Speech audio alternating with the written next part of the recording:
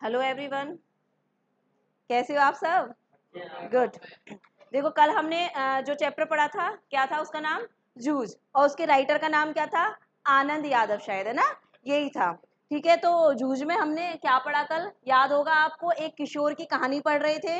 किशोर यानी उसकी किशोर अवस्था नहीं आई है, उस पे मत जाना। कहाँ है वो अभी? छोटा बच्चा ही है। ये कॉन्सेप्ट हम शायद कल पढ़े थे। उसके पापा क्या करते हैं? किसानी का काम करते हैं, और दादाजी भी क्या करते हैं? खेती का कार्य करते हैं। और बच्चे की दिलचस्पी किसमें है, रुचि किसमें है, इंटरेस्ट पढ़ाई में, और वो उसको मिल नहीं पा रही। तो कल जब उसकी माँ से वो ये डिस्कस करता है कि मुझे पढ़ने की आगे इच्छा है, तो बीच में किसको का नाम आता है? राव साहब का, कि वो कोई बड़े हैं तो उसके दादा को थोड़ा समझा सके। राव साहब भाई, वो ठाकुर वाले राव साहब नहीं। राव साहब नाम ही हो सकता है भाई, राव साहब ठाकुरों में भी आते हैं। आते हैं, ऐसा कुछ नहीं है, राव साहब ऐसे आते। तो इसमें राव साहब जब तक कोई बड़े के लिए संबोधन है, तो उनके दादा को समझाने के लिए उनकी माँ और जो किशोर, किशोर कह सकते हैं, यानी किशोर किसके लिए आया ये भी आप ध्यान रखना, किसके लिए आया था? लेखक के लिए। किसके लिए आया है? लेखक के लिए। तो आगे चलते हैं, देखो चैप्टर में।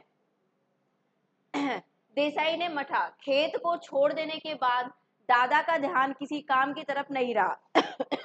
मन लगाकर वह खेत में श्रम नहीं करता, फसल में लागत नहीं लगाता, और लुगाई और बच्चों को काम में जोतकर किस तरह खुद गांव भर में खुले सांड की तरह घूमता है, और अब अपनी मस्ती के लिए किस तरह छोरा के जीवन की बलि चढ़ा रहा है, यह सब उन्होंने सुनाया। ये तो समझ में आ रहे होंगे देशी शब्द? पक्का? सांड। देखो, सांड का हम दो नाम लेते हैं, मैं आपको बता दे रही हूँ। खुला सांड किसको बोलते हैं?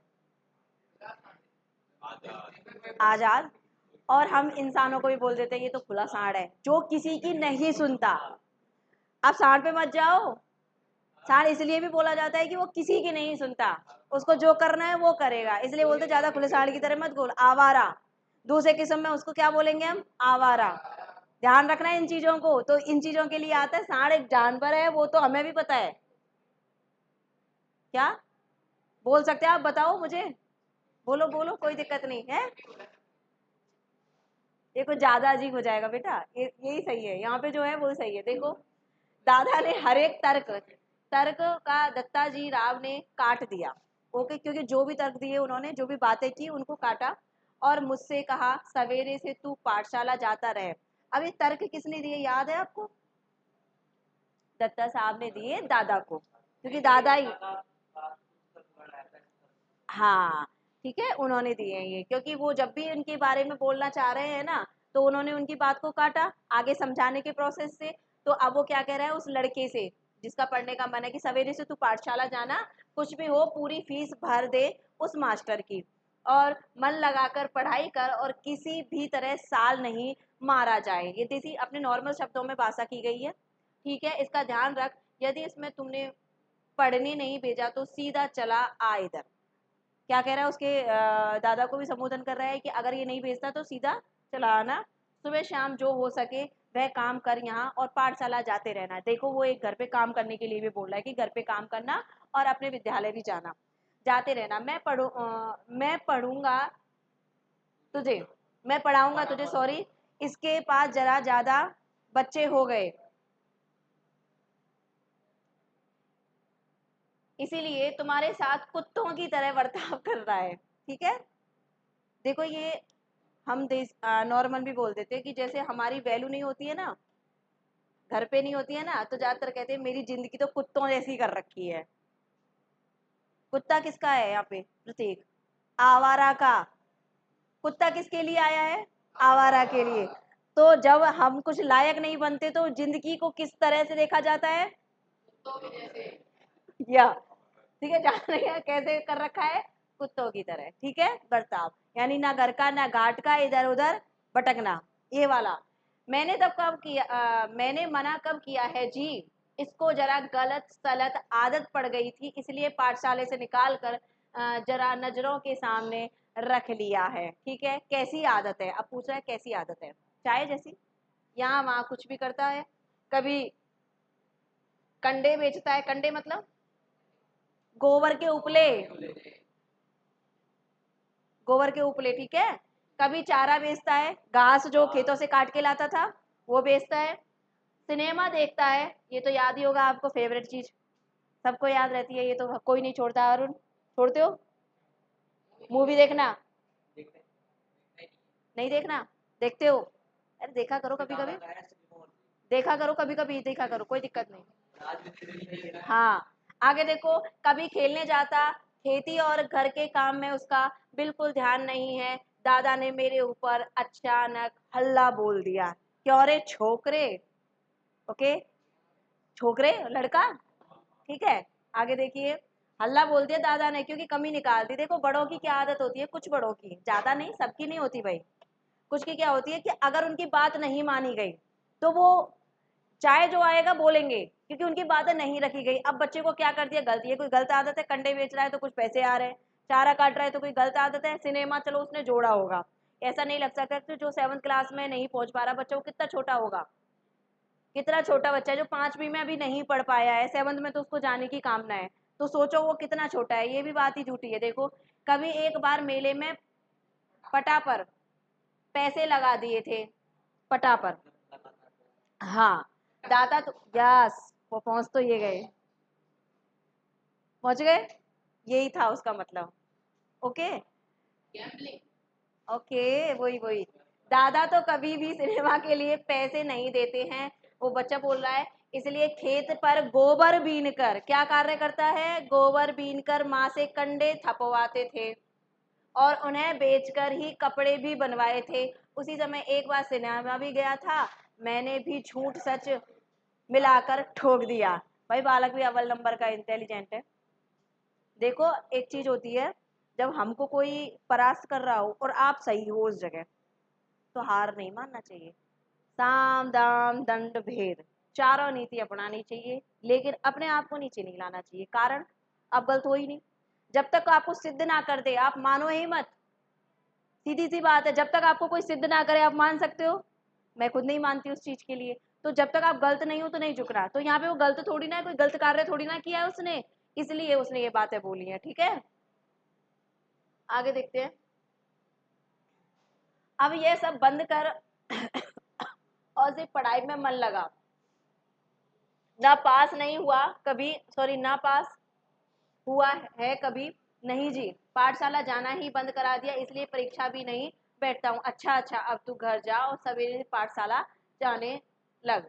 जी, मैं उठ खड़ा हुआ, यानी कौन, लेखक की बात चल रही, ध्यान रखना।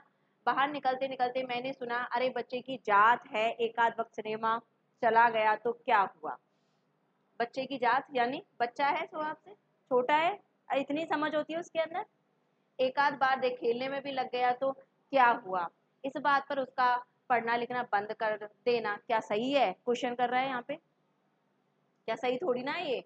जी, आप कहते हैं तो भेज देता हूँ कल से, देखते हैं एक आध वर्ष में कुछ सुधार हो जाए तो। दादा ने मन मार कर यानी जबरदस्ती, इस समय उसका कोई बस नहीं चला था। देखो, हमसे गांव में एक बात तो है, गांव में क्या शहरों में भी थोड़ा जगह है कुछ चीज़ों में, कि हमसे कोई बड़ा, हमसे बड़ा पद पे भी बड़ा हो, ओहदे में बड़ा हो, कायदे में बड़ा हो, ठीक है, उम्र में बड़ा हो, इज्जत में बड़ा हो, समाज में उसका एक अलग रेप हो, तो उन लोगों की कहीं ना कहीं हम क्या करते हैं, बात सुन लेते हैं मन मार के, क्योंकि सुनना ही पड़ेगा, आपके पास ऑप्शन नहीं बचा।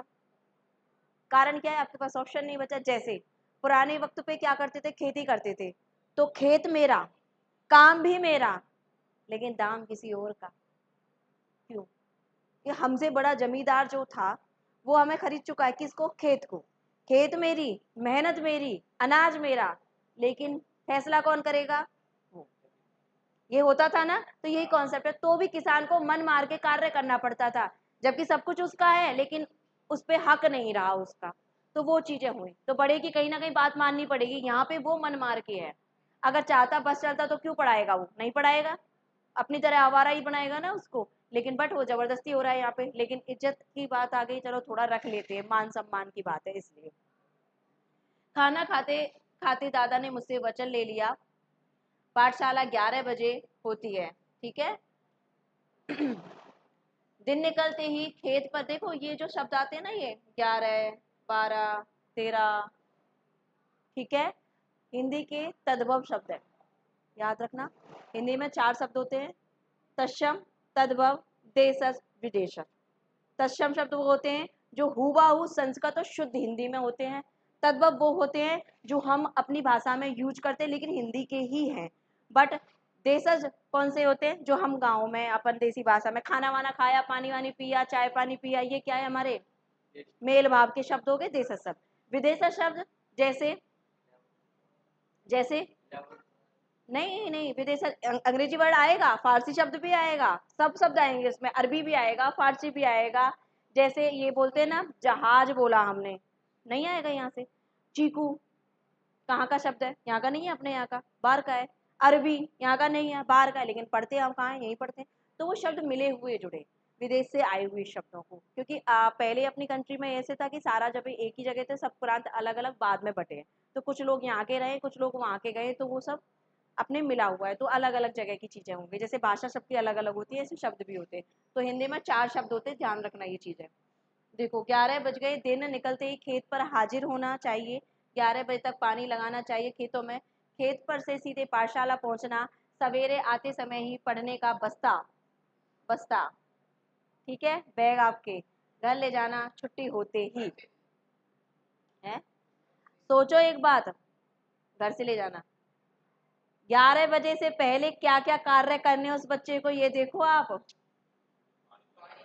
देखो ये क्या आ गया, क्या करना है उसको 11 बजे से पहले, खेत में भी जाना है, पानी भी देना है, खेत वेत का सारा काम करने के बाद वापस घर जाना है, घर से फिर बस्ता यानी बैग लेके आना है।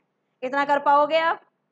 कोई नहीं करता है भाई, स्कूल का टाइम हो गया, बैग उठाओ, नहाओ दो, मम्मी ने खाना बनाया और हम चल दिए, यही काम करते हैं। कि इससे ज्यादा मम्मी अगर गलती से बोले बेटा देख मैं थोड़ा लेट हो रही हूँ, आज नाश्ता बना लो, करोगे? एक दिन नहीं करोगे, भूखे आ जाओगे, नहीं मम्मी मैं नहीं करूँ, मैं छुट्टी पे आके खा लूंगा, ये प्रोसेस।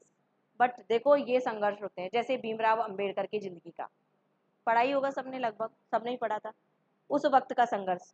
भीमराव अंबेडकर जो निम्न जाति से ऐसे बिलोंग करते हैं, लेकिन बट उन्होंने पढ़ाई को नहीं छोड़ा, स्कूल में भी नहीं गए, स्कूल के बाहर भी पढ़ाई किया, लेकिन उनकी रुचि इतनी ज़्यादा, कोई ना कोई अध्यापक ने कहीं ना कहीं मदद की कि पढ़ा। लेकिन उसके पिताजी भी सरकारी पोस्ट पे थे, सोचो, उन्होंने सबसे ज़्यादा डिग्री प्राप्त करने वाला बंदा है वो, जबकि पास कोई सपोर्ट सिस्टम नहीं, कोई खाने का नहीं, दक्षिण एरिया में रहने वाले लोग, जहाँ पर चील कौए और लाशों का जमघट होता हो, उस जगह से पार करना, विद्यालय जाना कितना संघर्षपूर्ण रहा होगा। तो वो इतिहास रचते हैं वो लोग, वो ऑटोमेटिकली महापुरुष है। सब लोगों के संग कुछ ना कुछ अलग है। उनका इतिहास जब भी पढ़ते हो तो ऐसा लगता है कि कुछ है, कुछ तो है नहीं। आगे देखिए, देखो ये सीन देख लेते हैं अपन, शानदार है एकदम। ये कौन है भाई?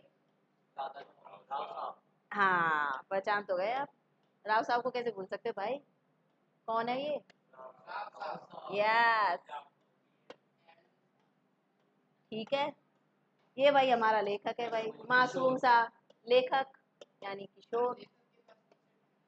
कुछ, अरे भाई जब गन्ना बेच रहा है, कंडे बेच रहा है, घास बेच रहा है, कपड़े बचेंगे उसके पास, पहना दो आपका हो तो, बताओ, इतना शर्म आ रही है तो बताओ क्या कर सकते हैं।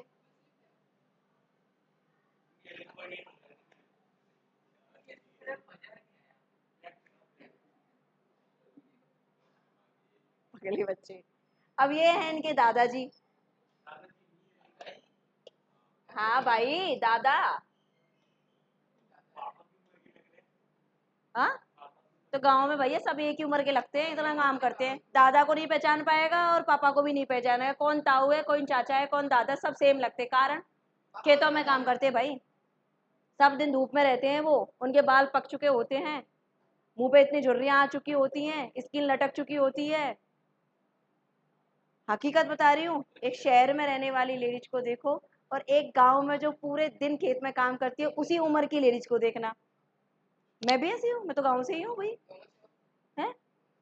हाँ, खूब कहा, हमारे क्या खेत वेत नहीं है, भैंस वैंस नहीं है, सब कुछ है, होना भी चाहिए, हम तो खूब जाते हैं, जो एंजॉय, क्या गजब है खेतों में जाना, ऑटो सुबह रख के चलो भाई, शानदार, देखना कभी जिंदगी जी के, भूल जाओगे सर को, कोई बात नहीं। देखो ये कौन है अपने, राव साहब। ये हमारा लेखक है जो बेचारा मासूम सा है, मासूम सा बच्चा है। ये हमारे दादाजी हैं जो सुनते नहीं है किसी की भी। ये खुले सांड है। इसका नाम क्या आया था? यस। हाँ, इसके उपना इसको दिया गया है। वो किसने दिया है? राव साहब ने बोला है ये चीजें, हम थोड़ी ना बोल रहे हैं। हम तो बोल ही नहीं रहे इसके बारे में कुछ भी। इस कॉन्सेप्ट से आप पूरी स्टोरी लिख सकते हो, देख के चित्र देखो, कहानी लिखो। लिख सकते हो? यस, पक्का? फिर ठीक है। देखो ये मासूम से बच्चे बने हुए हैं हमारे पास आसपास में। कोई नहीं, इनसे मतलब नहीं है हमें। आगे देखते हैं। घर में बस्ता देखो घर में बस्ता रख सीधे खेत पर आकर घंटा, अरे भाई देखो घंटा भर ढोर समझ में आ रहा है? ढोर, ढोर समझ में आता है? क्या होता है? गाय भैंसों को बोलते हैं बेटा ढोर। कि ढोर चराना यानी गाय भैंस चराना, ये है ढोर चराना। ओके। कभी खेतों में ज्यादा काम हुआ तो पाठशाला में गैर हाजिरी लगाना समझें मंजूर है क्या? अगर कभी पाठशाला में काम होगा तो गैर हाजिरी यानी नहीं जा पाएगा वो मना कर रहा है। हाँ, खेत में काम होगा तो गैर हाजिरी रहना ही चाहिए। मैं ऐसे बोल रहा था मानो मुझे सारी बातें मंजूर है। मन आनंद से उमड़ रहा था किशोर का कि अब फाइनली हम कहाँ जा रहे हैं? विद्यालय जा रहे हैं। जो आपका मन नहीं कर रहा है, नहीं करता, नहीं करना चाहिए बेटा। विद्यालय बहुत अच्छी चीज है। करता है, करता है, करना चाहिए। देखो इतना मंजूर हो जाए पाठशाला जाना नहीं तो यह पढ़ना लिखना किस काम का? मैं सवेरे शाम खेतों में आता रहूंगा ना। हाँ, यदि नहीं आया तो किसी दिन तो खेत का गांव यहाँ से मिलेगा, वहीं कुचलता हूँ कि नहीं तुझे। सोचो, घोर धमकी दे दी भाई। क्या दे दी? हाँ, बताओ, ऐसा भी कोई होता है कि बच्चे के साथ? देखो क्या कह रहे हैं यहाँ, यदि नहीं आया किसी दिन तो गांव में यहाँ जहां मिलेगा, जहां, वहीं कुचलता, यहीं वहीं कुटेगा वो। यानी खेतों में काम करना तो कंपलसरी है उसकी जिंदगी का, वो करेगा यहाँ। तेरे ऊपर पढ़ने का भूत सवार हुआ है, मुझे मालूम है। बालिस्टर नहीं होने वाला है तू। समझ रहे हो? लॉ की जो डिग्री वाला वो वाला टॉपिक है। दादा बार बार कह रहे हैं भाई इस बात को। क्या कह रहे हैं? बार बार देखो।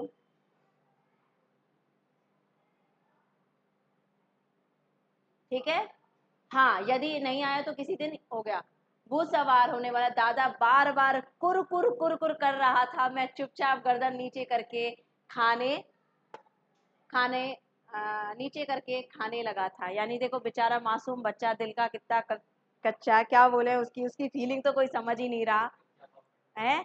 बेचारे का क्या कर दिया, और एक धमकी और दी है, जहां मिलेगा वहीं कुटेगा। ये वाली बात और बोला, कुचला जाएगा। कुचला बोला ना इसने, कुचलता हुआ। और दूसरा क्या, कुरकुर। बहुत लोगों की आदत होती है ना, चुन चुन चुन चुन कुरकुर कुरकुर करते रहते हैं। लिपसिंग लिपसिंग जो चलती रहती है वो ही कर रहा है ये हरकत। कौन? दादा उसका। रोते धोते पाठशाला फिर से शुरू हो गई। गर्मी सर्दी हवा पानी वर्षा भूख प्यास आदि का कुछ भी ख्याल ना करते हुए खेती के काम में चक्की में 11 से 5 बजे तक पिसते रहने से छुटकारा मिल गया। हाय बेचारा बच्चा खेत पे, स्कूल में, क्या हालत है उसकी। उसी चक्की की अपेक्षा मास्टर की छड़ी की मार अच्छी लगती थी।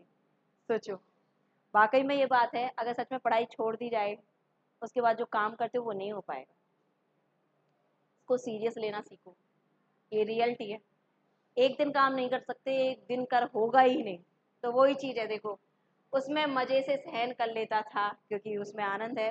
दोपहरी भर की कड़क धूप का समय पाठशाला की छाया में व्यतीत होता और गर्मी के 2 महीने आनंद से बीत गए। उस बच्चे के, सोचो उसका दिल कैसा हो रहा है।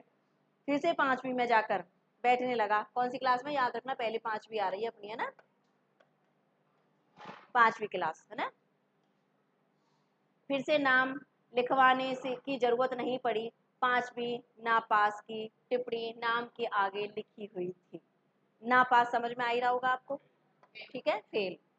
ओके, नापास। और ये बच्चे की गलती नहीं है, बच्चे की गलती बिल्कुल भी नहीं है। देखो, वह 5वीं के ही हाजिरी रजिस्टर में लिखता रह गया था। पहले दिन कक्षा में गया तो गली के 2 लड़कों को छोड़कर कोई भी पहचान का नहीं था। मेरे साथ के सभी लड़के आगे चल गए थे।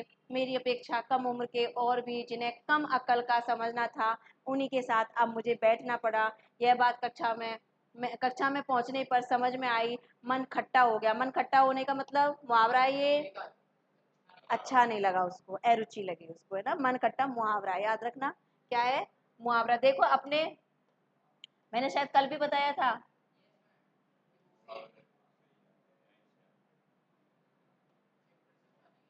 ठीक है।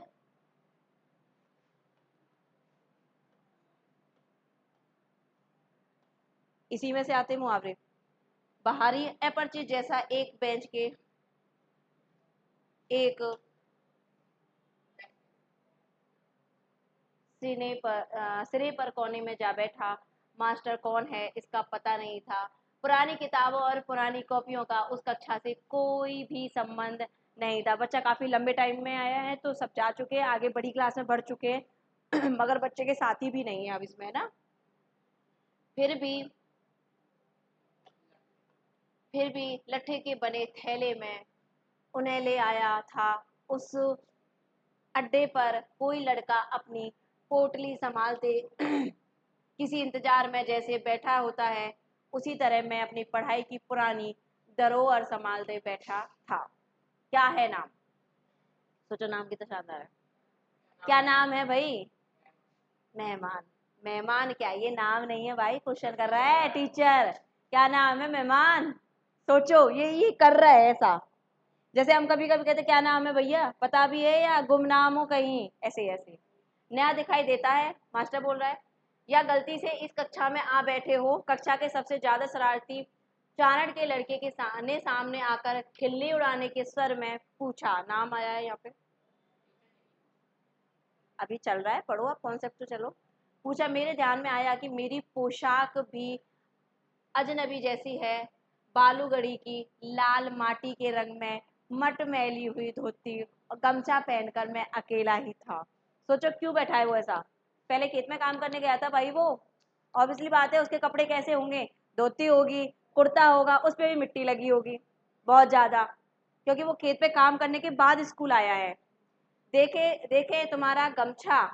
अब बच्चे हैं, बच्चे तो चिढ़ाते ही हैं, देखो। कहते उसने मेरा गमछा, दोबारा है, खींच लिया गया। अब मेरा गमछा पूरी कक्षा में उसकी खींचातानी होगी और फट जाएगा। मन में मैं यह सोचकर रुआसा हो गया, लेकिन वैसा कुछ हुआ नहीं। उस लड़के ने उसे अपने सिर पर लपेट लिया और मास्टर की नकल करते हुए उतार कर टेबल पर रखकर अपने सर पर हाथ फेरते हुए खुश की आवाज की। ऐसे ही करते हैं क्या टीचर लोग? ऐसे तो नहीं करते, गांव में तो करते हैं। श्श, अरे चुप, ऐसे तो करते हैं भाई, तो वही चल रहा है यहाँ। अब नकल कौन कर रहा है? वो साथ में जो लड़का है वो कर रहा है ना। आवाज की इतने में मास्टर आ गए और वह गुंडा झट से अपनी जगह पर जा बैठा। गुंडा यानी शरारती तो था।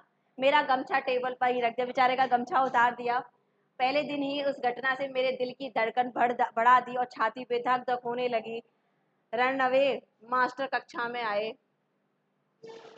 टेबल पर मटमैला गमछा देखकर उन्हें पूछा, किसका है रे? मेरा है मास्टर। तू कौन है? मतलब गांव की लैंग्वेज है। तू कौन है? मैं जकाते, चौंकते हुए, पिछले साल फेल होकर, जकाते नाम है इसमें, फेल होकर उसी कक्षा में बैठा हूँ। गमछा ले जा पहले। उसने छड़ी से मेरा गमछा उठाकर नीचे डाल दिया और मैं उसे उठाने गया तो कहा, यहाँ क्यों रखा है मूर्खों की तरह? जबकि उसकी तो कोई गलती नहीं है भाई, लेकिन अभी मास्टर को भी तो क्या पता बेचारे को। नहीं, गमछा ले जा पहले ही। उसने छड़ी से मेरा गमछा उठाकर नीचे डाल दिया। मैं उसे उठाने गया तो कहा, यहाँ क्यों रखा है मूर्खों की तरह? मैंने नहीं रखा मास्टर, उस लड़के ने मेरे सर से छीन लिया और यहाँ रख दिया है। यह चारण का बच्चा बिना बात के उटक पटक करता है। कहते हुए मास्टर उस लड़के की ओर चले गए। मास्टर ने मेरे बारे में और भी पूछताछ की और वामन पंडित की कविता पढ़ाने लगे। किसकी? समझ में आ रहा होगा वामन पंडित तो, आ रहा है? यस। तो उसकी क्या पढ़ाने लगे भाई? कविता। देखो गमछे का मतलब आपको समझ में पहले भी आ गया होगा शायद, ये उसका अर्थ है। सच सच बताओ, आपने क्या क्या सोचा गमछे के बारे में? यही सोचा है, स्वापी धोती जो हम बोलते हैं, ये वाली वही गमछा जो सर पे भी लोग थे, गले पे लोग थे, काम करने के बाद पसीना पोंछा जाता, वही गमछा था भाई इसका बेचारे का। बेचारा मिट्टी में मटमैला था, धोती कुर्ता पहन के आया था, बच्चे चिढ़ा रहे हैं, मन कितना भारी हो चुका है, सोचो बच्चे को रोना आ रहा है मगर वो रो नहीं पा रहा। आया आपको समझ में? आगे नेक्स्ट वीडियो में, तब तक के लिए बाय, थैंक यू।